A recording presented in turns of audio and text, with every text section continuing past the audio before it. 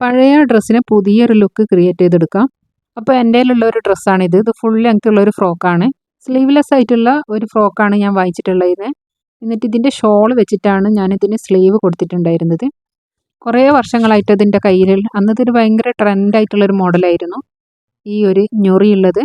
അപ്പോൾ ഇത് കണ്ട പുതിയതൊക്കെ തോന്നും, പക്ഷേ പുതിയതല്ല, പഴയതാണ്. ഇതുകൊണ്ട് ഈ സൈഡിലൊക്കെ ഇങ്ങനെ പിന്നി പോന്നിട്ടുണ്ട്. ഇങ്ങനത്തെ ഒരു മെറ്റീരിയലാണിത്.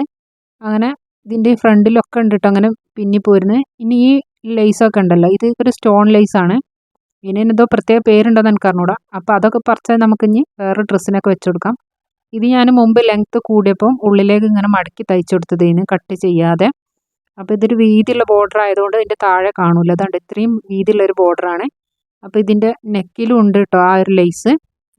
പിന്നെ ഇതിൻ്റെ ബോഡി പാർട്ടിനായിട്ട് ഞാൻ ഈ രണ്ട് മെറ്റീരിയലാണ് ഉള്ളത്. രണ്ട് കട്ട് പീസാണ്. അതിൽ ഞാൻ ബ്ലാക്കാണ് എടുത്തിട്ടുള്ളത്. പിന്നെ സ്റ്റിച്ചൊക്കെ പൊട്ടിച്ചിട്ട് ഇതിന് താഴ്ഭാഗം ഞാൻ ലെങ്ത്ത് കട്ട് ചെയ്തിക്കുകയാണ്. ഇതിന് വീതിയുള്ള ബോർഡർ ആയതുകൊണ്ട് നമുക്ക് വേറെ ഏതെങ്കിലും ഡ്രസ്സൊക്കെ സ്റ്റിച്ച് ചെയ്യുമ്പോൾ അതിനൊക്കെ ഉപയോഗിക്കാം. അപ്പോൾ ഇത് ഇത്രയും ലെങ്ത്തിലാണ് നമുക്ക് ഈ ബോർഡർ കിട്ടിയിട്ടുള്ളത്. ഇതിൻ്റെ ഫുൾ റൗണ്ടിലുണ്ടല്ലോ ഇത്രയും നമുക്ക് കിട്ടിയിട്ടുണ്ട്. അപ്പോൾ കട്ടിങ്ങൊക്കെ കഴിഞ്ഞിട്ട് നമുക്ക് കിട്ടിയിട്ടുള്ള മെറ്റീരിയൽ ഇപ്പോൾ ഇതാണ്.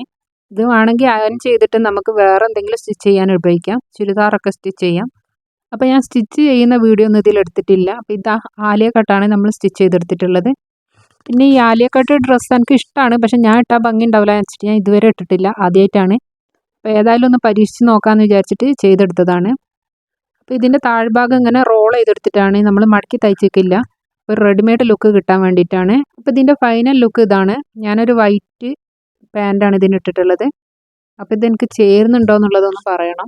വീഡിയോ ഇഷ്ടമായിട്ടുണ്ടെങ്കിൽ ലൈക്ക് ചെയ്യുക, ഷെയർ ചെയ്യുക, സബ്സ്ക്രൈബ് ചെയ്ത് സപ്പോർട്ട് ചെയ്യുക. അപ്പോൾ ഇതുപോലെ ഔട്ട് ഓഫ് ഫാഷൻ ആയിട്ടുള്ള ഡ്രസ്സോ അല്ലെങ്കിൽ തടി കൂടിയിട്ട് ഇടാൻ പറ്റാതായിട്ടുള്ള ഡ്രസ്സോ ഉണ്ടെങ്കിൽ എടുത്തോളും, നമുക്ക് പുതിയൊരു ലുക്ക് ക്രിയേറ്റ് ചെയ്തെടുക്കാം.